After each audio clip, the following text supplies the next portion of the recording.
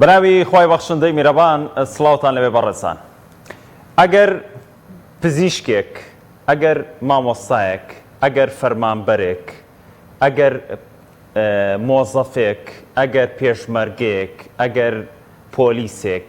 هەر فەرمانبەرێک لە هەرێمی کوردستان بگری لەم هەرێمی کوردستانەدا گرفتی موچەی هەیە. چینێکی تر لەناو ئەم چینەیە کە دوایین خدمە پێشکەشەکە،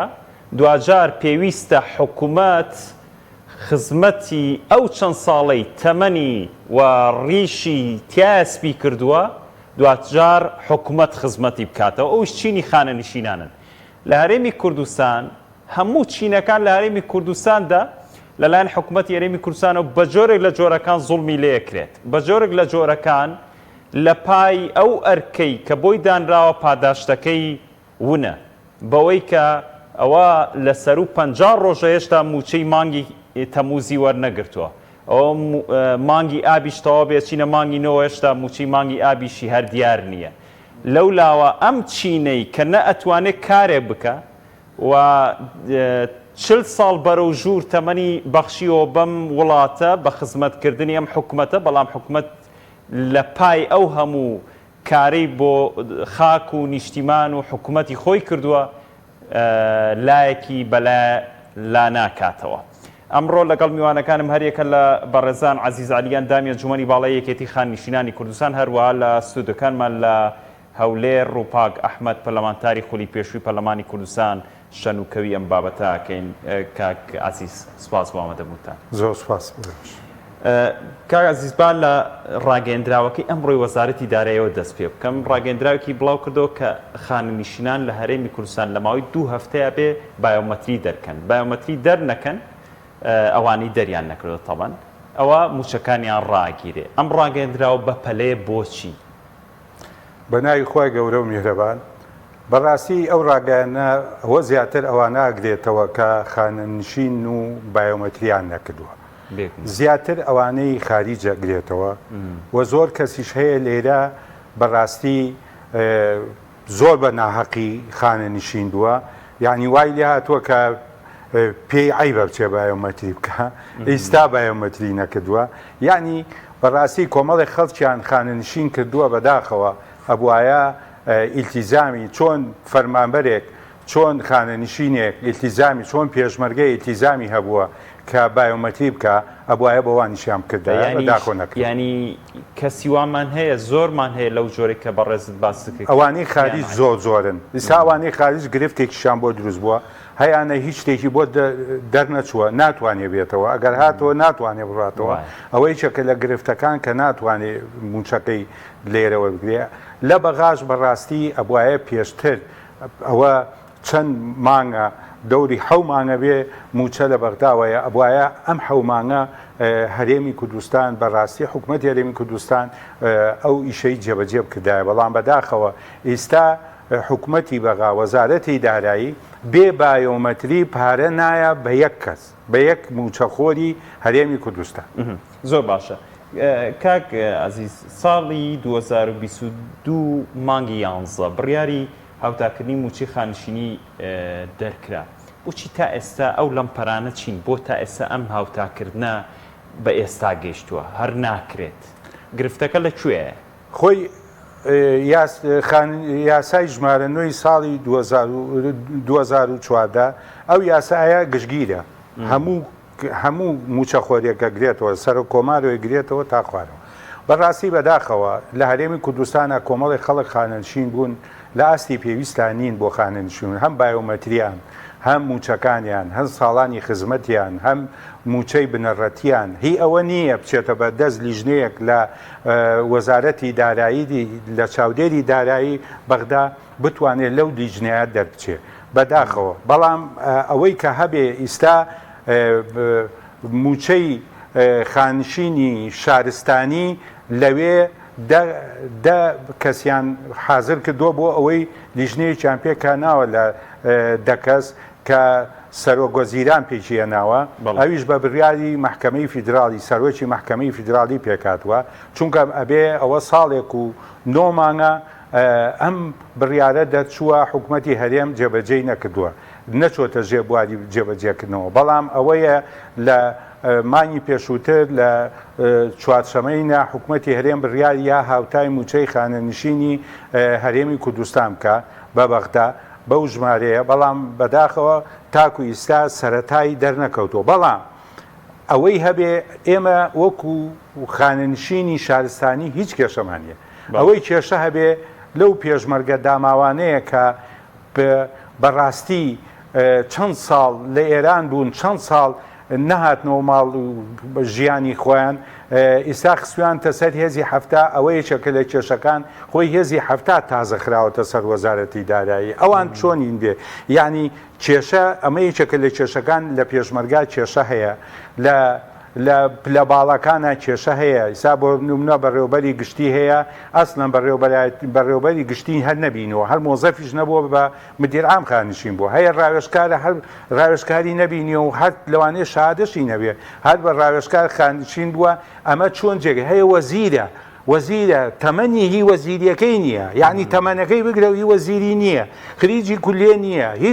هیچ ملتەزەماتێکی وەزیری نییە کردوانە بە وەزیر و خانەنشینیان کردووە ئەمە لە چاودێری دارایی وەزارەتی دارایی عێراقا جێگەی نابێتەوە ئەمە چۆن هاوتایە کاتەوە بەڵام ئەوەی هەبێ موچەی خانشینی شارستانی پێم وایە نێراوە بۆ ئەوێ هیچ کێشەمان نییە بەڵام ئەوەی کێشەش هەبێ بەڕاستی لە وەزارەتی ناوخۆیە بەداخە وەزارەتی ناوخۆ هەچۆن بەم یاسای خانەنشینی حسابی بۆ بکەی زۆر مەخدورە بن زۆر پۆلیس و ئاسایش زۆر مەخدورە مەخدوریەکە لە چیە؟ مەخدوریەکە لە ئەوەیە ساڵانی خزمەتیان کەمە موچەی بنەڕەتیان کەمە شەهادەیان کەمە شەهادەیان هەر نییە زۆریان هەیە شەهادەشی نییە بەڕاستی ئەو کە تۆ شادەنسا کابرایە بە ڕێز فڕۆفایە تەقاوتە بێت 220,000 ئەگەر هاوتا نەکرێ بە یاسای ئێرە خانشین بێ باشترە بێ؟ بەڵێ بە یاسای ژمارە 2014 ئەبێ ئەمە ئیشی پەرلەمانە ئەبێ یاسایەکی بۆ دۆزێتەوە کە ئەمە مەخدور نەبێتە ئیسا بۆ نمونە کابرایە بە نایبزابت بە مفۆز تەقاوت بووە مفۆزە لەوانەیە شادەی سێمتەوە سێ هەبێت شادەی مەحەد حسابە بۆ ئەوە شەهادەکەی ڕۆی لەوانەیە ساڵانی خزمەتی 30 ساڵی هەبێ 30 ساڵ کەمە بۆ ئەوە کە 30 ساڵی هەبوو موچە بنەڕەتیەکەش کەمە کە موچە یعنی لەسەر سێ شتین بوو موچە بنەڕەتیەکە زۆر بێ ساڵانی خزمەت زۆر بێ شەهادە و زۆر بێ یەک شتت پێڵم هەموو خانەنشینێکی شارستانی 600,000 تا 700,000 زیاکە 600,000 تا 700,000 زیاکە ئەگە دوو کەس بن 1,200,000 تا 1,300,000 دینار زیاکە لە چاو ئەوەی هەرێمی کوردستان بۆی ڕوون ئەمە من باسی یاسای ژمارە 2014 ئەەکەم باسی یاسای ژمارە 27 هاوتاکردنەکەکەم لەبەرەوە ئەم 54 ملیارە پێم وایە بەسی خانشینی شارستانیە یعنی ئەوەی من تێگەشت بێتمی خانشینی شارستانیە ئێمە وەکو خانشینی شارستانی هیچ کێشەمانە چونکە بەڕاستی ئەم دوو مانگ لەمەوە پێشمانی و نییە لەمە پێش وەکو دەستەی باڵا چوین بۆ بەغداد 5 ڕۆژ لە بەغا بووین چوین سەرۆکی مەحکەمەی فیدراڵیمان بینی زۆر نیگەران بوو لەوەی کە تاکو ئیسا ئەو کاتە مانیەک و ساڵێک و 8 مانگ بوو جێبەجێ نەکرابوو زۆر نیگەران بوو لە جێبەجێ نەکردنیەوە ئەوە زەختی ئەوە زیاتر کە حکوومەتی هەرێم چۆتە ژێباری جێبەجێکردنی هاوتاکردنی خانشینی پرسیار مەبێت کاک عەزیز بە تایبەت لەسەرەوەی ئایا ئەکرێت ئەو هەموو گرفتە لە خانشینی سەربازی ئابێ بەڵام لە مەدەنیەوەکو بەڕێزت باست کرد گرفتێکی وامان نییە ئایا کرێ ئەم دوو لایەنە جیا بکرێتەوە مەدەنی بکرێ هاوتا بکرێ ئەسکەری نەکرێت دوجار وەڵامەکەت لێوەرەگرمەوە لەگەڵ ڕووپاخان با چەند پرسێک تاوتوێکم ڕووپاخان سپاس بۆ ئامادەبوونت یاسای چاکسازی لە ساڵی 2020 دەرچوو بۆ تا ئێستا ئەم یاسایە جێبەجێ نەکراوە کە یەکێک لە چاکسازیەکانی ئەوە بوو کابێ سندوقی خانەنشینی دابمەزرێ هەروەها یەکێکتر لەو خاڵانی تیای بوو لیستی خانشینی ڕێک بخرێتەوە بۆچی حکوومەتی هەرێمی کوردستان ئەو خاڵە باشانی کە تایە بوو ئەم چاکسازی نەکردە بواری جێبەجێکردنەوە. بەناوی خوای گەورە و میهرەبان سەرەتا زۆر سوپاس کاک سالار و سەڵاو و ڕێزم بۆ میوانە بە ڕێزەکەتان و ستافی کەناڵی پێیان و هەروەها بینەران و بیسەرانی ئەم کەناڵە.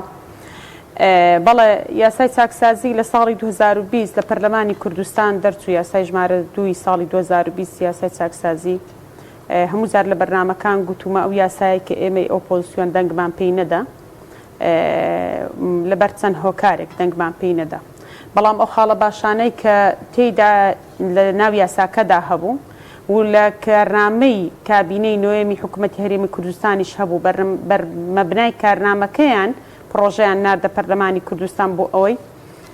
بەناوی پرۆژە یاسای چاکسازی بۆ ئەوەی ببێت بە یاسا بوو بە یاسا لە پەرلەمانی کوردستان. بەڵام کۆمەڵێک ئێمە تێبینیمان لەسەری هەبوو لەگەڵ ئەوەشدا هەندێک خاڵی باشی تێدا بوو. یەک لە خاڵەکان سندوقی خانەنشینی لە هەرێمی کوردستان ئەم سندوقە بوونی نییە و تا ئێستا فەرمانبەران موچەخۆران مانگانە لە موچەکانیان بڕەپارەیەک دەبڕدرێ بە پێی یاسا مەفرۆزە ئەم بڕەپارەیە بە پێی یاسا بچێتە ناو سندوقی خانەنشینی بەڵام بەداخەوە ناچێتە ناو ئەو سندوقە بە پێی یاسا دەبێ لە هەرێمی کوردستان لە سندوقی خانەنشینی ١٧ لە موچەی موچەخۆران دەبڕدرێ دەخرێتە ناو ئەم سندوقە. حکوومەتیش دەبێت تەمویلی ئەم سندوقە بکە بە ١١٢ بەڵام بەداخەوە هەموو مانگێک موچەخۆر ١٧ موچەکەی لێ دەبڕدرێ حکوومەت دەیبە لێی دەبڕێ بۆ خۆی دەیبا کەس نازانێت دەچێتە کوێ نە سندوق بوونی هەیە نە تەمویلیش دەکا. یعنی ئەوە نەک لە یاسای چاکسازی خۆی سندوق هەر دەبێ هەبێ لەبەرەوەی کە موچەخۆر هەیە لێبڕینی خۆی دەدا بۆ ئەو سندوقە کەچی لە بەغدا سندوق خانەنشینی لە بەغدا ١٠ موچە لە موچەخۆر دەبڕدرێ دەخرێتە ناو ئەم سندوقەوە و هەروەها حکوومەتیش ١15 تەمویلی ئەو سندوقە دەکاوە تا لە کۆی گشتی 125 موچەخۆر پارەی موچەخۆر دەچێتە ئەم سندوقە. لە هەرێمی کوردستانیش ١٧ بۆ 12 لە هەرێمی کوردستانی ١٩ دەبێت بچێت بۆ ئەم سندوقە. لە عێراق سندوقەکە بوونی هەیە و کە سندوقێکی کارایە بڕەپارەیەکی زۆر باشی تێدایە و بەرهێنانی تێدا دەکرێت لەو سندوقە. ئەو سندوقە قەرز دەدا بە خەڵک بە جۆرەها قەرز لەم قەرزە سوود وەردەگرێت و سوودەکەی دەچێتەوە ناو ئەو سندوقە وە لە یاسای بودجەی ساڵانە کە دەچێتە پەرلەمانی عێراق لەوێ بڕیار لەسەر ئەوە دەدرێت کە موچەی خانەنشینی زیاد بکرێت لەسەر ئەو سندوقە. لە وەزارەتی داراییتان بپرسی هۆکار چی ئەم سندوقە دانانن کە دەبێت دابنرێ دوجار هەر بۆ حکوومەتی سوودی هەیە ئەم سندوقە کە دابنرێ بۆچی داینانێن؟ کاک سالار بە درێژای 4 ساڵی پەرلەمانتاریمان هەر ئیمڕۆ کوتم هەر بە ئەرشیفەکانم بێنمەوە سەیری ئەرشیفەکان بکەم بزانم ئێمە وەکو پەرلەمانتار زۆر ئیشمان کردووە بزانم نەتیجەی چ بووە. یعنی کاک سالار لە بواری موچە و بودجە و هەروەها داهات و خەرجی و سندوق و بواری خانەنشینی هیچ مانگێک نەبووە ئێمە نووسراو نەکەین بۆ وەزارەتی دارایی کە ئایا جا لەو بوارانەی کە باسم کرد کە ئایا باشە بۆچی سندوقی خانەنشینی نییە ئێ باشە بۆچی ئەو لێبڕینەی موچەخۆران کە لەیان دەبڕدرێ ئەی کوا دەچێتە کوێ هەر با بزانین دەچێتە کوێ وەڵا دەچێتەوە ناو لە چوارچێوەی داهات دەچێتە ناو خەزێنەی وەزارەتی دارایی. ئێ باشە چۆن دەکرێت لی ببڕێ هەرنا لی مەبڕە ئەی باشە ئەو سندوقە کە هەبێ وەکو قسەی بەڕێزت ئایا ئەمە سوود بە حکوومەت ناگەێنێ پرۆژەی وەبەرهێنان دەبێ حکوومەت دەستی کراوە دەبێ بەرمەبنای ئەوە و چەند خاڵی تر دەتوانێت ساڵانە یاسای بودجە بنێرێتە پەرلەمان و هەروە موچەی خانەنشینان زیاد بکە. یعنی کۆمەڵێک سوودی ئابووری بۆ حکوومەتی هەرێمی کوردستان وەزارەتی دارایی هەیە بەڵام بەداخەوە تا ئێستا نەگەیشتینە وەڵامێک لە ماوەی 4 ساڵ کە ئایا پاساوێکی قەناعەت پێکەربان پێ بڵێن کە بۆچی ئەم سندوقە دانامەزرێ. دوای هەر بە پرۆژەی خۆیان کە هێنایانە پەرلەمان پرۆژەی یاسای چاکسازی هەر لەوێ بڕیاریاندا هەر لایەنەکانی دەسەڵات دەنگیان پێدا هەر حکوومەت خۆی پرۆژەکەی هێنا باشە بۆچی کە ئەو پرۆژە خۆت دەیهێنی بەڵام ئێستا ئەوە لە ساڵی 2020 پرۆژە یاسای چاکسازی دەرچەوە 4 ساڵە بۆچی جێبەجێی ناکەی. یعنی پاساو چییە بۆ جێبەجێ نەکردنی زۆر باشە ئەو لایەنە ڕێگریانە چین کردێتە بەردەمتان بۆ ئەوەی ئەم یاسایە جێبەجێ نەکرد. من بیرمە ئێوە شەڕتان لەسەرەوە کرد کەمترین موچەی خانشینی لە 500,000 کەمتر نەبێت. ئەمە جێگیر کرا و جێبەجێش کرا لە ئەرزی واقعە؟ ئەو زۆر باش بۆم پرسیارەت کرد کاک سەلەر. ئەو خاڵانەی کە ئێمە لەسەری ناکۆک بووین و دەنگمان بە یاسای چاکسازی نەدا کەمترین موچەی خانەنشین بوو کەمە شەڕمان لەسەری کرد کە دەبێت کەمترین موچەی خانەنشینی 500,000 بێ و خانەنشینان ناکرێ چەند ساڵ دوای چەند ساڵ خزمەت بە 230-250,000 بچنەوە ماڵەوە و بە 2 مانگ جارێک بە 50 ڕۆژ جارێک موچەیەک نەدەن بە خانەنشین. باشە چۆن بتوانێ لە دوا ساتەکانی تەمەنی لە تەمەنێکی کە بەرەو پیری دەڕوا خانەنشین بتوانێت خۆی بژێنێ کە بارودۆخی ژیان ئەوەندە قورسەیەکێک لە خاڵەکان ئەوە بوو کە بۆچی کەمترین موچەی خانەنشینی وە هەروەها کاک سالار ئێمە پێشنیازە یاسای تایبەت بە خۆشمان هەبوو وەکو فراکسۆن یعنی لە ئێستا ئینشاڵڵا بۆ دەرفەتی ترباسیەوە دەکەین کەمە پێشنیازە یاسای خانەنشینی هێزەکانی ناوخۆمان هەبوو بەجیا پێشنیازە یاسای هێزەکانی ئەوە هیچ موچەخۆری خانەنشینی مەدەنی و سەربازیشمان بەجیا هەبوو دامانە سەرۆکایەتی پەرلەمان پێشکەشی سەرۆکایەتی پەرلەمانمان کرد و هەروەها بۆ سندوقی خانەنشینی ئێمە پێشنیازە یاسای تایبەت بە خۆمانمان هەبوو پێشکەشی سەرۆکایەتی پەرلەمانمان کرد ئێمەیان ڕاگرت ئێمە پرۆژه یاسای چاکسازی حکوومەت دێ حکوومەت بە پاساوی ئەوەی ئەو پرۆژەیەکی گشتگیرە لەوێ هەموو خاڵەکانی تێدا جێ دەکەینەوە بەڵام بەداخەوە خاڵەکانی ئەوانەی کە موچەخۆر خانەنشین لێ سوودمەند دەبن لە ناو یاساکە جێی نەکراوە تەنها ئەو خاڵە نەبێ و چەند خاڵێکی تر کە سندوقی خانەنشینی دابدرێەوە هەروە حکوومەت یاریمی کوردستان تەمیلی ئەو سندوقەش بکە و بەرهێنانیشی تێدا بکرێ بەڵام بەداخەوە ئەوە یەکێک بوو لە خاڵە باشەکان ئەوەشیان جێبەجێ نەکرد لە چوارچێوەی کابینەی پەیڕەوی کابینەی نوێمی حکوومەت یاریمی کوردستان ئەوە هەبوو کە لە بەردەم پەرلەمانی کوردستان خستیانە ڕوو هەروەها بەرمەبنای ئەوە متمانەیان پێدرا بەڵام ئێمە پێمان نەدا خۆیان کە متمانەیان پێدا هێزەکانی سەربەدەسەڵات لە چوارچێوەی بەرنامەی کاریان دامەزراندنی سندوقی خانەنشینی و تەمویلکردنی بوو بەڵام بەداخەوە بۆ مای 4 ساڵ دەڕوا هەرێمی کوردستان بە یاسای بودجەیە خانەنشینیە و تا ئێستاش نەیتوانیوە کێشەی موچە لە هەرێمی کوردستان چارەسەر بکات. دەست خۆش کاک عزیز بەر لەوەی پرسیارەکەم لە ڕووپاخان بکەم وتم گرفت نابێ ئەگەر ئەم هەموو گرفتە لە سلکی عسکەریە هەیە خانشینانی سەربازی بەڵام مەدەنیەکەوکو بەڕێز باس کرد شارستانیەتێکە گرفتێکی تیانە حکوومەت عێراق پێشنیازی کیاوای کرد من مەدەنی هاوتاکەم بەس سلکی سەربازی تا گرفتەکانی چارەسەر نەکرێ هاوتایی ناکەم ئەمە تا چەند چێتە بواری جێبەجێکردنەوە گرفت دروست نابێ؟ خۆی گرفت دروست نابێ ئێستا ئەوەی پێشمەرگە پێش 2014 خانەنشین بوو بێ ئەوەی 1 ملیۆن کەمتری هەیە 100,000 ئەچێتە سەر موچەکەی ئەوەی بەڵام ئەوەی 250 ئەوە ڕێکە بێ بە 600 چونگەمە بێ لە 400,000 کەمتر نەبێ 100,000 غیلای مەعیشەیە 100,000 زیاد کردووە ئەوە 600,000 بەڵام ئەوەی 600,000 بەرەو ژوورە یعنی 600,000 بەرەو ژوورە موچەکەی تا ملیۆنیە 100,000 ئەچێتە سەر ئەوە وەکو پێشمەرگە لە بێ لە سەریشەوە پێش 2014 بەڕاستی ئەوە بە حەقی خۆی خانەنشین بووە بە ڕوتبەی خۆی بە شەهادەی خۆی بە خزمەتی خۆی ئەشکالێک زۆر نییە لە موچەی خانشینی پێشمەرگە چونکەم ڕێکخراوەتەوە زۆر بە مەزبوطی ڕێکخراوەتەوە بەڵام لە مقابلی جێیشی شعبی و لە مقابلی ئەوە یعنی جێیشێکی شعبی بزانە چەند وەرەگرێ لەوێ خەڵکێکی پێشمەرگەیەکی تێکۆشەری ئێمەش بەڕاستی بزانە چەند وەرەگرێ 600-700,000 وەرەگرێ بڕۆ ئەو لە 2 ملیۆن و 3 ملیۆن کەمتر وەرناگرێ چونکەم ئەو لە پەرلەمانە کردوێتی بە یاسا ئێمە نەمانتوانی تا ئیستا پێشمەرگەی دێرین پێشمەرگەیە کە هەموو گیانی هەموو خەبات و ماندووبوونە نەمانتوانی لەو پەرلەمانە حەقی زامن کەین لەم حکوومەتی هەرێمی کوردستانە بەڕاستی هێزی هەفتە بەڕاستی شەڕی داعشیکرد نەمانتوانی بیخینە وەزارەتی دارایی تازە خسویانەوە سەر وەزارەتی دارایی لێ سەر هیچ وەزارەتێ نەبووە ئەمە ناحەقی ئەم دوو حیزبەیە بەڕاستی ئەم دوو حیزبە وایان لە پێشمەرگە کردووە پێشمەرگەی دەسەڵاتێکی نییە داوای موچەکەیە کات و ئەیەنێوتەوە ئەمە وەکو پێشمەرگە یەک ئەشکال نییە بۆ خانشین بوونی پلە تایبەتەکان چون بە یاسای خاننشینی حکومەتی هەرێم یاسایەکی خانشینی هەیە حکومەتی هەرێم بەوە خانەنشینیان کردو ئەینێرن بۆ بەغا ئێستا بۆ نمونە لە مادەی 35 لە برگەی دووەم ئەڵێ مدیرعام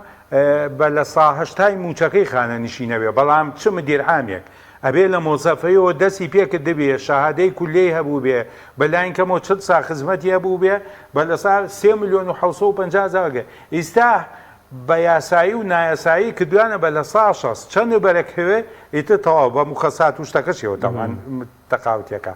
ئەمە لەوانەیە ئەمە بنێرێ بۆ بەغا ئەو ئەمە بنێرێ بۆ بەغا بەڵام ئەمە تا سەر ناخوا لە بەغا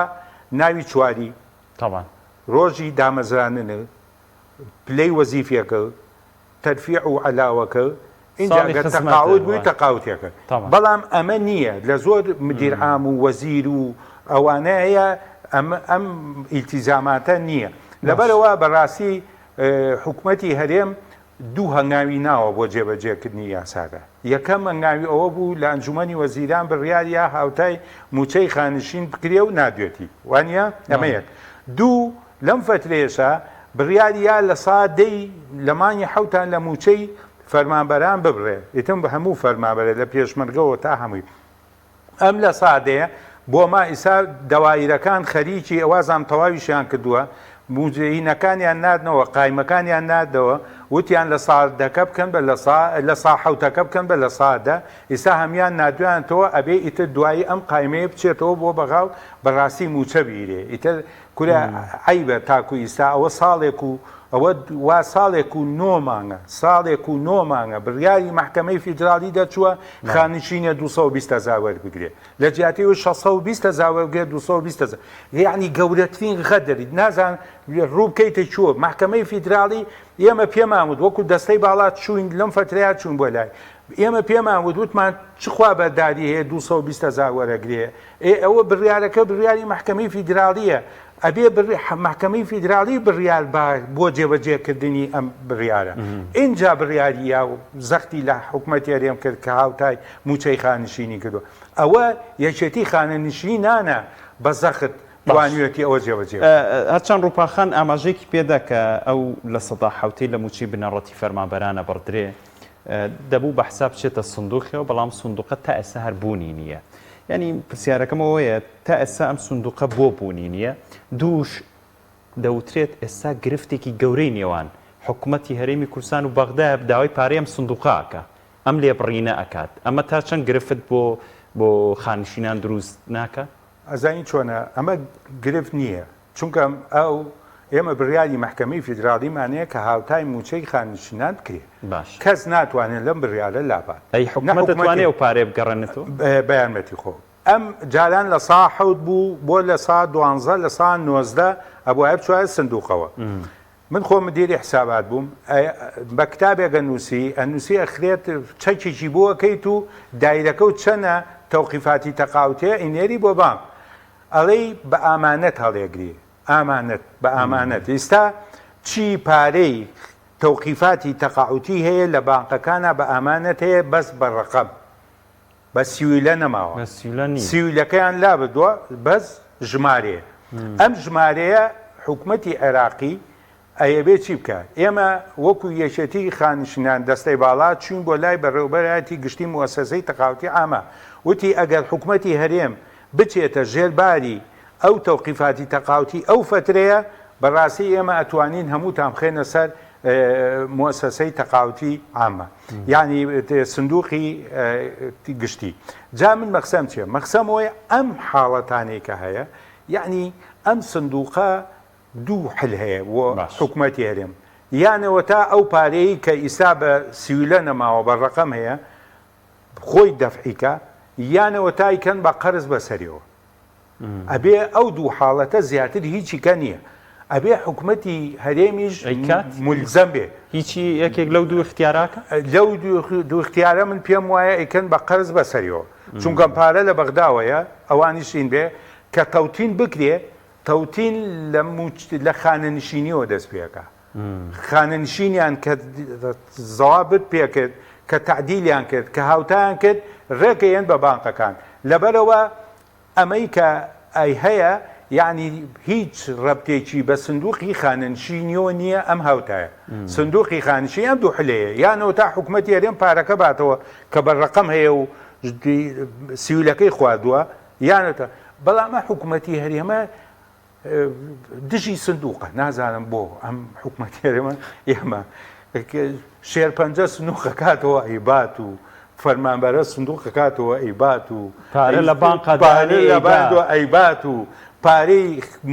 خەڵکی هەژار و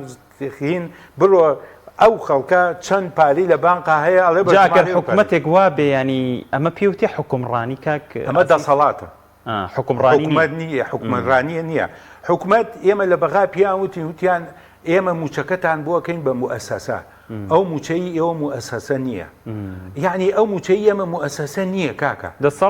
دەسەڵاتێکە و بارزی خۆی خەڵک خانەنشینەکە و بارزی خۆی خەڵک تەقاوتەکە و بارزی خۆی خەڵک دامەزرێنێ و بە ئارەزی خۆی خەڵک فەسڵەکات و بە ئارزی خۆی یعنی کەس چوارچێوەی یاسایی چوارچێوەیەکی یاسایی نییە ئیسا یەکێک لە گرفتەکان ئەوەی کە ئیسا بۆ نمونەیی وەزارەتی ناوخۆ و ئاسایی سەیریکە پیاوێکی تێکۆشەر شادەکەی چی بکە قوربەسەرە بۆ بە پێشمەکە چی بکە هینی نییە شادەی بڵین شەشی عەدادی باشە چووە کردوانە بە زابن لە شوڕتەیە لە عینێک مەخفەرێکە باشە ئیستا بۆ بە مقەدەم ئەڵێ شادەکەی تۆ تا مقەدەمیەخوا ئەیە تەقاوتێکە کە ئەو فەتەیە نیە 20 ساڵیە دەوەرە شادەی نییە 20 ساڵیە ئێ 300,000 بەرەکە ئەمە قەی بووە ئەمە وەرە بیخە شوێنێکی کەکە حورمەتی بگری ڕێزی بگری بۆ ئەوەی بژی ئەمە حاڵەتێکە بەڕاستی ئەم حکوومەتە کاربەڕێکە نییە کات بەڕێکەرە من نامناوە کات بەڕێکە کات بەڕێکە دەستخۆش ڕووپاخان گەڕێمەوە لای بەڕێزت ینی هەر بە زمانێکی زۆر سادە ئەمەوە پرسیارە بکەم ینی ئەم حکوومەتی هەرێمی کوردستانە کەی لەم قەیرانی موچەیە دەربازیە بێ یان خۆی ینی گەشە بەم قەیرانە ئەکات ینی پێی خۆشە خەڵکی دایم لەم قەیرانی موچە و نەبوونی موچە و گرفت بۆ خانەنشین گرفت بۆ مامۆستا گرفت بۆ مامۆستایان گرفت بۆ هەموو چینەکانی ناو کەرتی گشتی دروست بکات بەڵێ کاک سالار حکوومەتی هەرێمی کوردستان بۆ خۆی کێشەیە ینی خۆی بۆ خۆی گرفتەوە خەڵکی هەرێمی کوردستان نەک بێ لە گرفت ڕزگاری بێ یا خۆی بێ گرفتەکان چارەسەر بکە حکوومەتی هەرێمی ئێستا لە مانگی شەشەوە لیژنەیەک پێکاتوە لەنۆ جیهەت پێکاتوە لە نێوان هەرێم و بەغدا بۆ چارەسەرکردنی موچەی خانەنشینی لەنۆ جیهەت پێ هەتا ئێستا کاک سالار کۆبوونەوەیەکیان نەکردووە دانەنیشتون ئەرکی سەرەکی چییە ئەم لیژنەیە چۆنیەتی هاوتاکردنەکە خۆ دەبێ حکوومەتی هەرێمی کوردستانگە حکوومەتێکی دڵسۆز بێ هاوتاکردنی زۆر لە موچەخۆران پێ خۆشتر بێ و هەروەها دەبێ بۆ خۆی زیاتر هەوڵدا بۆی موچەخۆر کە سودمەند بێ کە لە خەمی موچەخۆرانە یان خانەنشینانە خانەنشین چونکە موچە لە 220,000 بکرێ بە 600,000 ئەگە حکوومەتێک بێ حکوومەتی خەڵک بێ بۆ خۆی دەبێ دەستپێشخەر بێ دەبێ پێی خۆش بێ دەبێ دەستپێشخەر بێ لەوەی کە ئەمە جێبەجێ بکرێ دوو ئەرچی سەرەکی هەیە چۆنیەتیکردنی هاوتاکردنەکە ئەم لیژنەیە نەبوونی چارەسەرکردنی نەبوونی سندوقی خانەنشینی بەڵام تا ئێستا دانەنیشتووە ئەم کە لەنەوە جیهەت پێکاتوە دانەنیشتووە ئێمە لە حکوومەتی هەرێمی کوردستان دەپرسین ئێوە نوێنەرتان لە وەزارەتی دارایی و لە سەرۆکایەتی ئەنجومەنی وەزیران هەیە بۆ ناچن بەدەم ئەم کێشەوە بۆ 50 ڕۆژە موچەخۆر موچەی وەرنەگرتووە ئایا بۆ گرفت بۆ موچە دروست دەکەن کاک سالار لەو سەروبەندی هەڵبژاردن و نزیک دەبینەوە لە بانکەشەی هەڵبژاردن کارگەر ناوچە و کارگەر لق هەیە لە هەردوو حیزبی دەسەڵات معلوماتمان هەیە کە 50 کەس هەیە لە دەوروبەری خۆی لە یەک دێ 50 کەسی دامەزراندووە لە سلکی سەربازی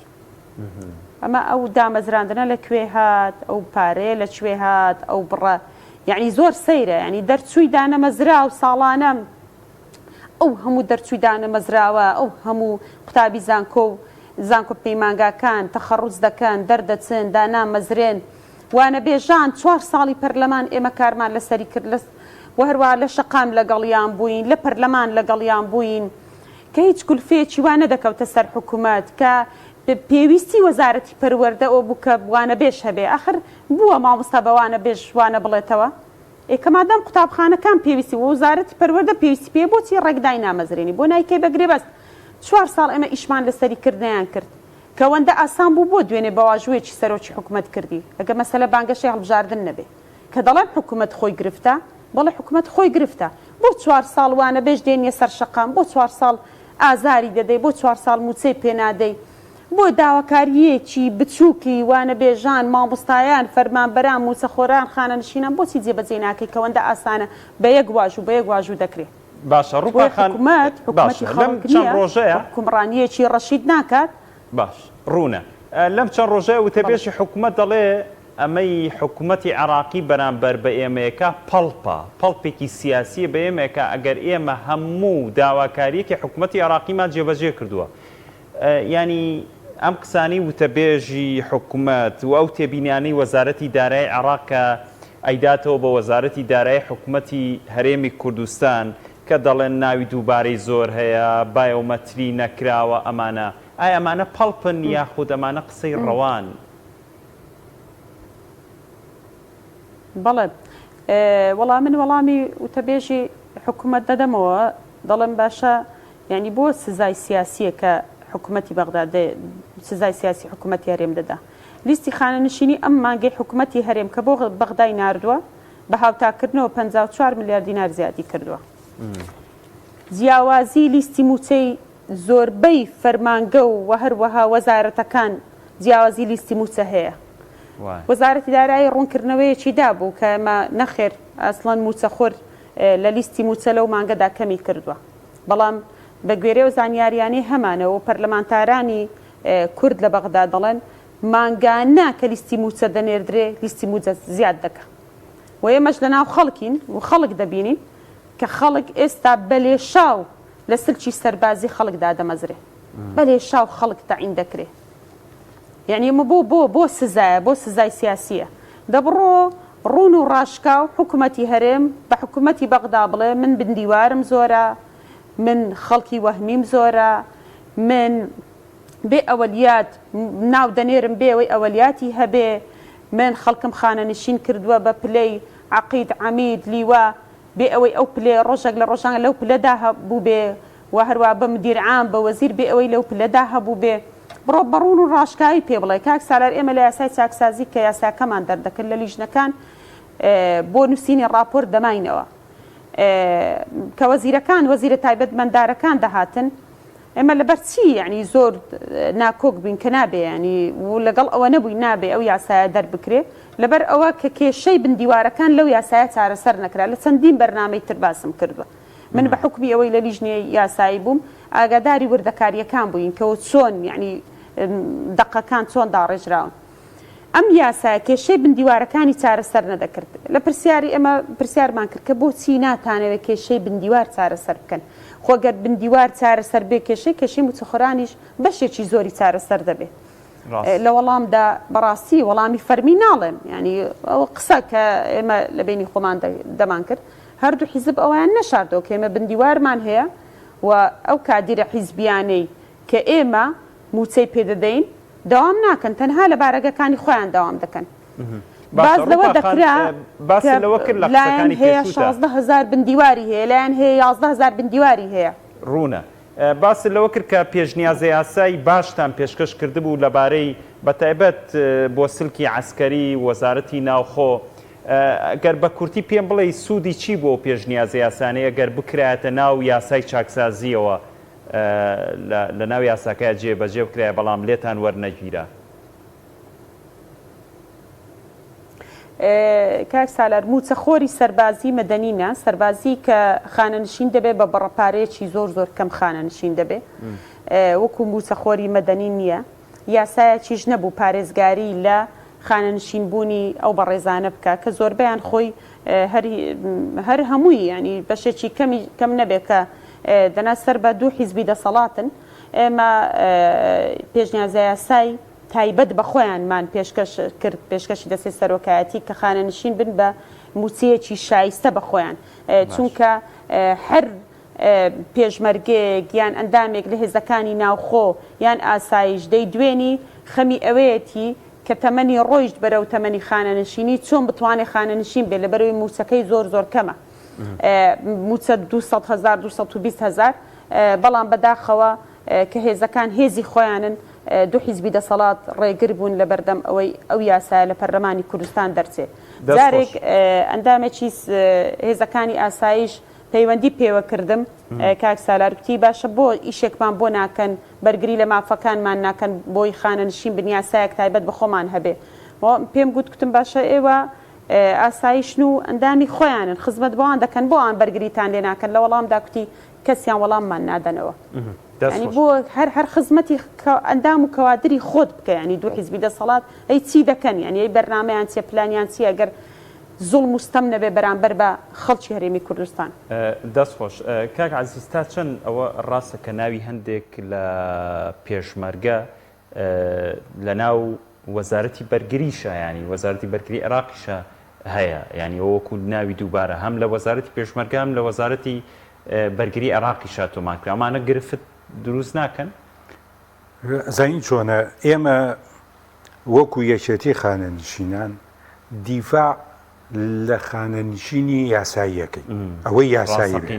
ڕاستەقینە ئەوەی یاسایی بێ وە دژی ئەوانش نین ئێمە قەت دژی موچەبڕین نین لە هیچ شوێنێکە بەڵام ئەزانی چۆنە ئەم خانەنشینیە ئیستا ئەمەندە تێکەڵ و ئاڵۆزیان کردووە زۆر بە زەحمەت حکوومەتی فیدرال سەری لێ دەربکات لەو مەسەلەیە یعنی ئستۆ سەیری کە پلە تایبەتی بە یاسای خانشینی خۆی نادووە بۆ خانشینی پێشمەرگەی بە نەوعێکی کرێ نادووە پۆلیس و ئاسایشی بە نەوعێکی کە نادوێ ینی من مەخسەم چێ بۆچی وای خۆی هیچیان ئەگەر لەم یاسایەت جێگەی نەبێتەوە نایاساییە ئەبێ وای لێ بکەیت کە تۆ لەم یاسایە جێگەی بێتەوە قەیچێکە بعد تۆزێ پارەکەی کەم کا بەڵام لەم یاسایە جێگەی کەرەوە کە یاسایی بێت و لەوێ نەیگرن ئەوینە ئەوەی کە جەناب دەڵێ من پێم وایە کۆمەڵێ پێشمەرگە هەیە لەوێ هینی سەر و کۆمار و وەکو ئەوانە بەڕاستی کەێنەوە ئێرە کە سەر و کۆمار نەمابێ بێنەوە بۆ فەوج و دیواکانی ئێرە کەێنەوە ئێرە بەڕاستی کە خانەنشینە بن باشە کە لەسەر سەر و کۆمارە بۆ بە هینی عێراقی خانشینی ناکەی بۆ ئەم دیسانی هێنی تۆ بۆ بودجەی حکوومەتی هەرێمی کوردستان کەوەکە یعنی بەڕاستی ئیستا موچە وای لێ هاتووە ئاڵۆزیان کردووە بێجگەل لە موچەی مەدەنی شارستانی چونکە شارستانی هیچ کێشەی تیانە من پێشنیاری کشمەیە دوایی بۆ حکوومەتی هەرێم یعنی فەرمانبەرێک بۆ نمونە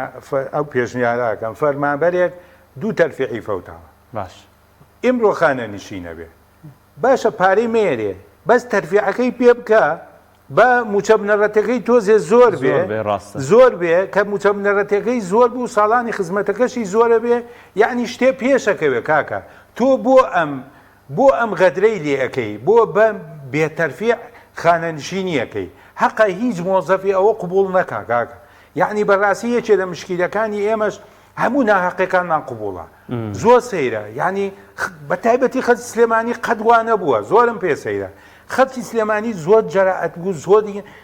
هەموو شتەکانمان قبوڵە یعنی تۆ مۆزەفێ قوربەسەرە سێ تەرفیع خواردووە ئێ باشە قەینا پاری مێرێ نەپارەی تەرفیعی بەرێ و نەیچ بێ وەرە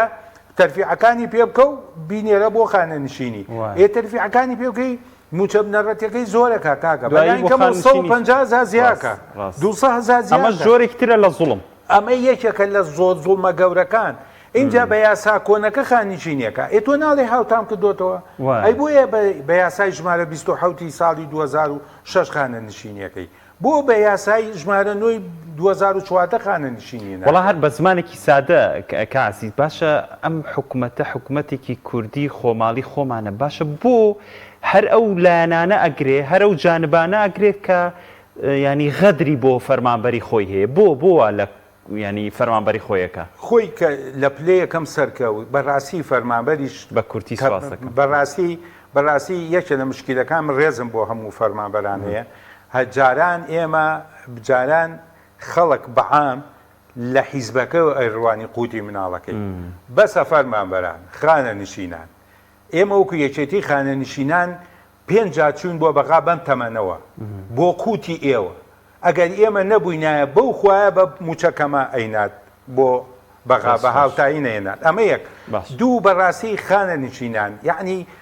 فەرمانبەران ئەمە ئیتر بەسە ئەم زوڵمە بەسە ناحەقیە بەسە دەستخۆش ڕووپاخان زۆر بە کورتی لە 20 شرکەیە ئەگەر ئاریان کاتم بیتە سواز دەکەم ڕووپاخان کۆنتترۆڵن کاتن نەمەوە بە کورتی حکوومەت یاریمی کوردستان بۆ مللادا بۆ بە بانکیکردن وەکو کاکعزیز باسی کرد کابێت لە خانشینانەوە دەست پێ بکات بۆ تا ئێستا حکوومەت یاریمی کوردستان ئەم بلەمپەرەی دروست کردەوە بۆ بە بانکیکردنی موچەی فەرمانبەرانی. بەڵێ حکوومەت یاریمی کوردستان چونکە ناڕوونیەکی زۆر لە لیستی موچەخۆرانی هەرێمی کوردستان هەیە بۆیە ملی ناداتەوە و ناشێوێت بەبێ هاوتاکردنی موچەی خانەنشینی لە 7 مانجی ڕابردوو کاک سالار 96 ملیار دینار موچە زیادی کردووە چۆن حکوومەت یاریمی کوردستان مل دەدات بۆ ئەوەی کە یاخود دێتە ژێرباری ئەوەی کە تەوتین بکرێت گەر هاوتا بکرێ 7 ملیاریکە بە هاوتاوە زیاد دەکە واتە 166 ملیار دینار بۆ موچە زیاد دەکات بۆیە حکوومەت یاریمی کوردستان چونکە هەر مانگە و لیستی موچەی جۆرە گۆڕانکاریەکی بەسەردادێ بۆیە ناتوانێت و ناشێوێت. دەستخۆش زۆر بەڕێزان عەزیزالی ئەندامی ئەنجومەنی باڵای یەکێتی خانشینانی کوردستان زۆر سپاس بۆ ئامادەبوون. ڕووپاک ئەحمەد پەرلەمانتاری خولی پێشووی پەرلەمانی کوردستان لاولێرەوە ماندوومان کردی زۆر سپاس بۆ